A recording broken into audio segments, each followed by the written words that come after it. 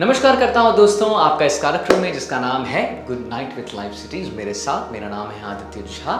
आज की कहानी जो है दोस्तों बड़ी दिलचस्प है, बड़ी अच्छी है। आज की कहानी मरने के ऊपर डेथ के ऊपर दोस्तों। हाँ खैर मैं आपको कोई ये नहीं बता रहा हूँ कि मरने के बाद क्या होता है, मरने के पहले क्या होता है, लेकिन हाँ मरने के पहले क्या होता है ये कहानी थोड़ी उस टाइप की भी। तो लेकिन मेरे साथ बने रहिएगा।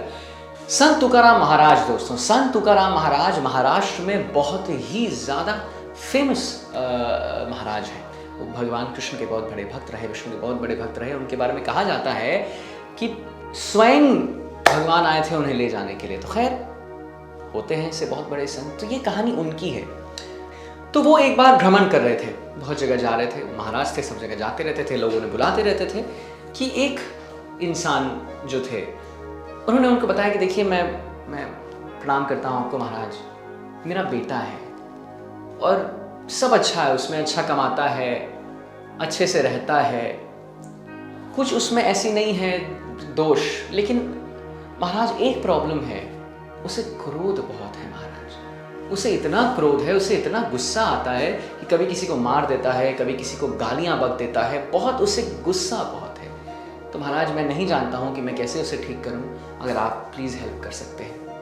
महाराज ने कहा बिल्कुल करेंगे, क्यों नहीं करेंगे, उन्हें आप मेरे आश्रम भेज दीजिएगा।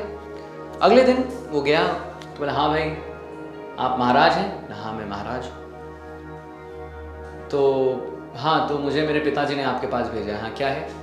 कुछ नहीं है, नहीं कुछ नहीं, बस मैं ऐसे ही मैंने मतलब सोचा आपसे मिलूं। और ये जो इंसान था इसने बहुत भली बड़ी बड़ी गंदी बातें कह दी तुकाराम महाराज को, बहुत गंदी गंदी बातें कह दी। तुकाराम महाराज कुछ नहीं बोले, संत महात्मा थे वो। तो ये आदमी ने पूछा कि आपको गुस्सा वस्सा नहीं आता है क्या? अगर मुझे किसी ने ऐसा बोला रहता तो मैं तो अभी मार के मतलब क्या ही नहीं कर देता, उसके साथ मार देता, गालियां देता, बहुत गंदा कर देता उसके साथ, जिस तरह मैंने आपको कहा। आपको गुस्सा वस्सा नहीं आता क्या? तो नहीं मुझे गुस्सा नहीं आता। क्यों नहीं आता? मैं जानना चाहूँगा, मुझे तो बहुत गुस्सा आता है और मुझे नहीं लगता है कि ये गलत है। तुकाराम महाराज ने पूछा नहीं तुम्हें लगता है गलत है? बोले नहीं बिल्कुल गलत नहीं। अच्छा ठीक है, लेकिन आपको गुस्सा क्यों नहीं आता? इसका क्या रहस्य है? इस बच्चे ने कुछ पूछा कि भाई इसका रहस्य क्या है कि आपको गुस्सा नहीं आता? तुकाराम महाराज ने कहा कि देखो मुझे नहीं पता कि तुम क्या बात कर रहे हो, वो रहस्य तो खैर तुम्हें मैं बाद में बताऊंगा, लेकिन मुझे एक रहस्य के बारे में बहुत अच्छे से पता है कि तुम मरने वाले हो 1 हफ्ते में। अब ये सुनकर वो जो नौजवान था कुछ 32-33 साल का, ने क्या? हाँ मुझे सब पता है, तो तुम मरने वाले हो। तो उसने कहा कि आर यू श्योर? बोले हाँ मरने वाले हो। तो अब ये जो आदमी था जो बहुत क्रोधी था, जो बहुत टेंशन में था, बहुत प्रॉब्लम था, जिसे हर पे गुस्सा कर देता था, किसी को गालियाँ बक देता था, कुछ ले नहीं पाता था, थोड़ा सा भी धैर्य नहीं था, ये अपने घर गया और देखा कैलेंडर में कि बस इस दिन मैं मर जाऊंगा, तो अब मैं क्या करूं? अब इसने ना इसके अंदर एक बहुत चेंज आने लगा दोस्तों। जैसे इसने सुना कि मैं 1 हफ्ते बाद मरने वाला हूँ, इसके अंदर बहुत सी चेंजेस आने लगे। ये अच्छी वाणी बोलने लगा, लोगों से अच्छी बात करने लगा, कोई अगर कुछ कह भी देता था तो ज़्यादा कुछ नहीं करता था। जिनसे इसकी बहुत बड़ी बड़ी लड़ाइयाँ हुई थी उसके पास गया, बोला भाई मुझे माफ़ कर दो यार, मैं वेरी सॉरी, मैं तुमसे सॉरी। तो क्यों क्या हुआ? नहीं यार सॉरी। वो लोग इसे बहुत सुनाते थे कि तू क्या समझता है अपने आप को, तू गया? बोले नहीं माफ़ करो यार, गलती हो गई मुझसे। तो बहुत सी चेंजेस थी जो हैं दोस्तों वो इसके अंदर आने लगी, बहुत पनपने लगी। खैर अब इसे लगा कि यार 3 दिन और है, 2 दिन और है, 1 दिन और है, कल मैं मरने वाला हूँ। इसने सोचा कि ठीक है भाई मैं मरने वाला ही हूँ, तो महाराज के दर्शन कर लेता हूँ। संत तुकाराम महाराज हैं, उनसे क्या बोलूँगा, दर्शन कर लेता हूँ बस। वो गया उनके पास, बोला कि महाराज मैंने सोचा कि मैं आपके पास आऊँ और आपके दर्शन कर लूँ, कल मैं मरने वाला हूँ।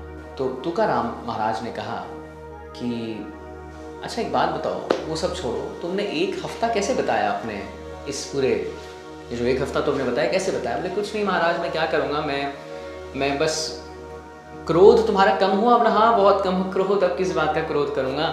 तो कहा महाराज अब तो मरने ही वाला हूँ। और क्या क्या किया? कुछ नहीं, क्रोध कम किया, जिनसे क्रोध किया था, जिससे लड़ाइयाँ हुई थी उसके पास गया, क्षमा मांगा। क्यों मांगा? बस क्योंकि मरने वाला हूँ, तो क्या ये फिजूल बातों में मैंने सोचा कि अच्छी अच्छी चीज़ें करें, ये गलत लेकर क्या जाएंगे वहाँ पे, जो है अच्छी अच्छी चीज़ें करके ही वहाँ जाएं। तो तुकाराम महाराज ने बोला कि बस यही है मेरा रहस्य। ये बहुत चक्कर रहेगा क्या? मैं तुम ही पूछना चाहते थे ना कि मेरा रहस्य क्या है। तुमने मुझे बहुत गालियाँ सुनाई, तुमने मुझे बहुत बुरा भला कहा, और तब तुमने मुझे बोला कि आपका रहस्य क्या है, आप गुस्सा नहीं करते। तो यही है मेरा रहस्य। मुझे भी पता है कि मैं किसी भी क्षण मर सकता हूँ, कभी भी जा सकता हूँ। तो मैं फिजूल के लड़ाई झगड़ा, किसी को दुख पहुंचाना, किसी से ईर्ष्या करना में नहीं रहता। अरे जब मुझे यही नहीं पता कि मैं कब मरने वाला हूं, हो सकता अगले क्षण में मर जाऊं, तो दोस्तों ईर्ष्या करके क्या फायदा। और मैंने जो तुम्हें कहा था कि तुम 1 हफ्ते में मरने वाले हो, वो मैंने नहीं कहा था, वो तुम्हारे पिताजी आए थे, उन्होंने मेरे सामने बहुत रोया था। मैंने सोचा कि तुम्हें चेंज करने का एक यही उपाय है, क्योंकि उन्होंने मुझे बताया था कि बहुत सी चीज़ें उपाय कर ली गई, लेकिन अब देखो तुम नए हो गए। उस इंसान ने, उस बच्चे ने पैर पर गिरकर माफ़ी मांगी। तो दोस्तों इस कहानी से हम ये सीखते हैं कि दोस्तों ये मरने ही की कहानी है। मुझे माफ़ करिएगा, मैं आपको कुछ गलत नहीं बोल रहा हूँ, पर देखा जाए तो क्या हम और आप गारंटी लेके आए हैं, क्या लिखवा के आए हैं क्या कि अच्छा इतने डेट को पैदा हुए, इतने डेट को हम लोग मर जाएंगे? नहीं है ना दोस्तों। कोरोना काल में लोगों ने क्या क्या सपने बुने रखे थे दोस्तों, बैंक बैलेंस रखे थे, लेकिन कहाँ गए वो बैंक बैलेंस? वो बैंक बैलेंस हैं, लेकिन जो उस बैंक बैलेंस को जो जो जो साथ में उनको अपने फैमिली के साथ रहकर जिस बैंक बैलेंस के साथ वो मस्ती करने वाले थे लोग, वो वही नहीं रहे।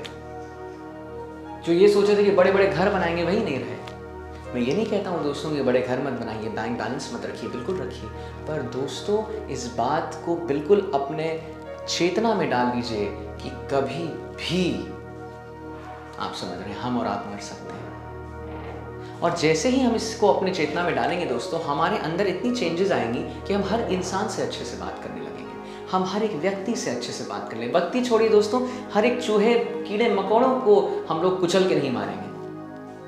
तो दोस्तों इस कहानी का यही सीख है, इसके बारे में सोचिए और मुझे कमेंट सेक्शन में बताइए। तब तक के लिए नमस्कार, आदाब, सत श्री अकाल and have a good night. धन्यवाद।